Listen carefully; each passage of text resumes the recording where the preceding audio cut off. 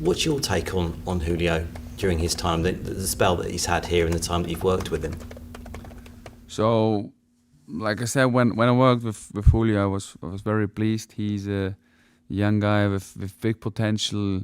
He showed it, I think, during his time so far in Brighton. He showed it also when he played for his national team. So overall, like, it was very positive. Of course, there were also some moments where he had like a setback with his injuries.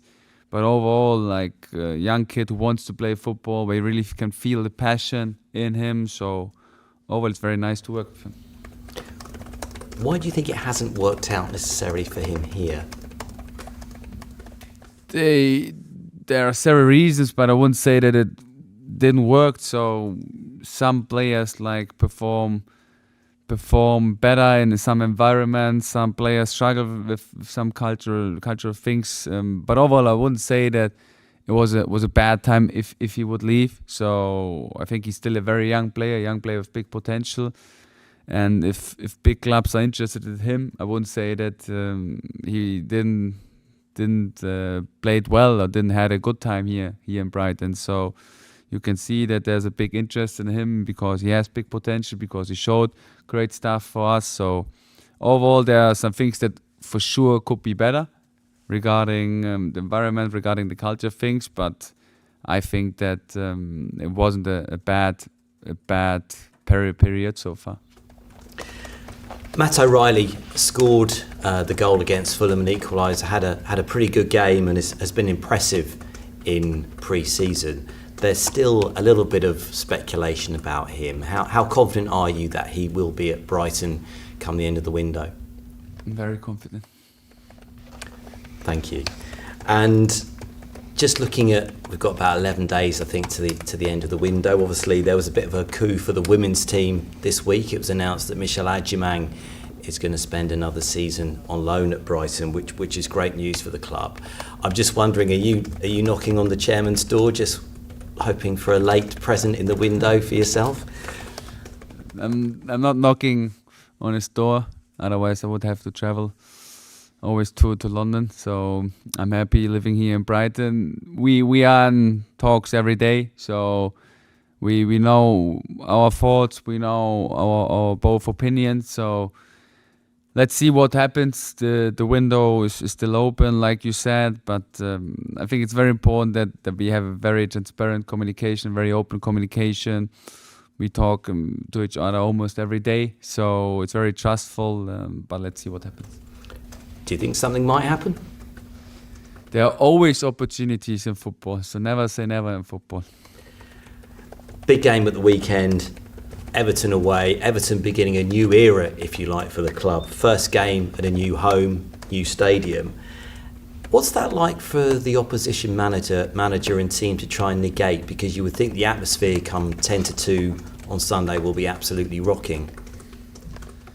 So first of all, it's very important that, I said it before the last game, they really should focus on us, because there are things we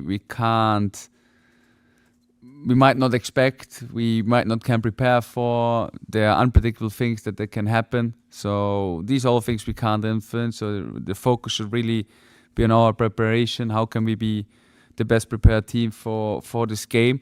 And then, of course, we all know, when I experienced on my own, the first game I had in Everton, it was a special atmosphere, a loud atmosphere, and we expect the same this weekend.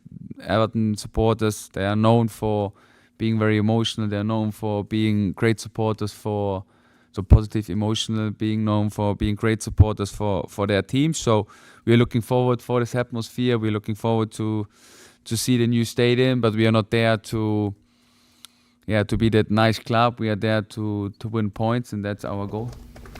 Can I just ask you about a bit of team news? So you were hoping that Jack Hinchard was able to train a little bit more this week. Has that been the case? Has he been able to kick on a bit? Yes, he trained fully so far, so he will be an option. Any other team news that we should know about? Any other injuries or? So far not, so quite positive. Still only 2 players out, with Adam and with Solly. Thanks very much, Fabian. Thank you. How did Carlos's knee react to 70 minutes? All positive? Very positive. So he trained the last stage, so very positive. Of course, we needed to take care of him after he was out for almost 3-4 weeks, and we couldn't let him play for 90 minutes. But now it's about getting him back to his highest level regarding physicality, and then I'm sure he will be an option for us at the weekend. And there's been lots of attention on Carlos, but I wondered about Yassin alongside him, how happy you are with his growth and development and that partnership, how that's developing. I'm very happy how Yassin developed. I think we all saw it against Fulham, how mature he was playing. He was there in every moment. He was good in possession, good out of possession. So it was a benchmark performance from him, and now it's about him to being consistent, to show these kind of performance every weekend, because that's what a top player do.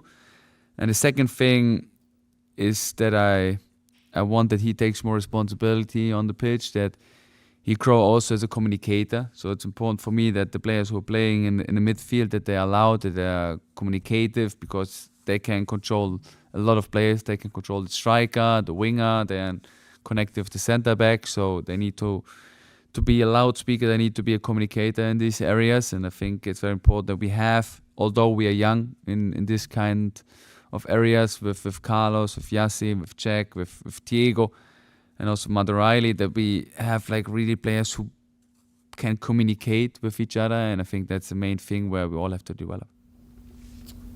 Another sort of development, being more ruthless. We often hear managers talking about being more ruthless, killing off games. How on earth do you become more ruthless? Is that a physical thing, a training thing? Is it a mental thing? I'm not the biggest fan of these kind of things. I also had it after the game, where you say you need to kill the game. Of course we need to kill the game. Of course we want to score goals. Every player wants to score a goal. Every player wants to make assists. So I will never say to a player, you must score, because every player wants to score. And if you say to a player, you must score, it's just you're putting pressure under him where you can't, what he can't control, and that brings stress into him. You can put pressure on the players when they can control something. So, for example, how much they run, how much personal duels they win, how good they react when they lose the ball. These are all things they can do and must do. But scoring goals is, for me, of course, it's important to win games. But regarding the last game against Fulham, if you keep the clean sheet, nothing will happen, and you win the game. And I think the focus should be, of course, creating chances and making the second and the third goal. It's always where we try to go. We never want to be satisfied with a 1-0. But the key thing is to keep the clean sheet. The key thing is to defend until the end, to keep the focus high, to don't be lazy, to do your job, to be awake when there's a restart, for example, a throw-in or a corner. These are all things you can influence, and they are my main focus as well. And just with Everton in mind, you mentioned it there about the trip last year, your first game as a Premier League manager. Can you remember what particularly struck you that day, the first thing that maybe surprised you? The first 20 minutes, I suffered on the sideline. I was like, wow, that's intense in the Premier League. And I remember that Everton, they started really, really good the game. They had some corners, some crosses, some good actions. And I was impressed with the intensity. I was impressed with the speed from the game. There are things you can prepare, and you talk to people about the experiences playing against Everton or playing the Premier League, but you need to be part of it to really feel it. And that was the first moment where I really felt it. And after these 20 minutes, I was like, all right, how do we get now a step into the game? And then I think after the first 20 minutes, we played a really good game, and there was some great experience, some bad experience, but overall I would never want to miss this first experience I made against Everton, and hopefully we can be as successful as we were last season playing against them. Hope so. Good luck. Fabian, you talked about the first 20 minutes at Goodison Park. Is that going to be a key part of this game, bearing in mind the atmosphere that there's going to be moving into such a new historic stadium for your team? For sure. So game management, how to manage the first minutes, how to manage the last minutes is always a big part.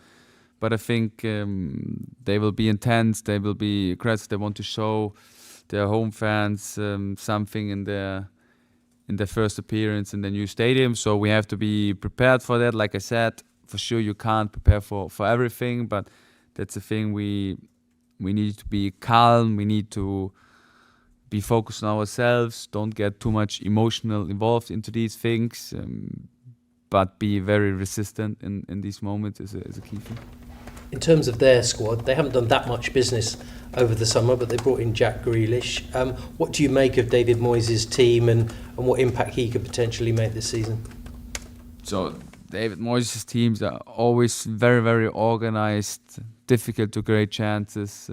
They are very clever in certain moments. They use like every advantage they get. So you have to be awake all the time. You have to be awake when you, for example, have a corner against and then there's a second phase. You have to be awake when there's a throw-in for them. So they're really good in these kind of things. And I think Jack Grealish, he proved it so far that he's a great player. He proved it for City, the stations he had before, and I'm sure that he will help Everton because he has an unbelievable talent. I really like to watch him also in former times because I just think that he makes the football game more beauty, and he is a factor why people watch this game.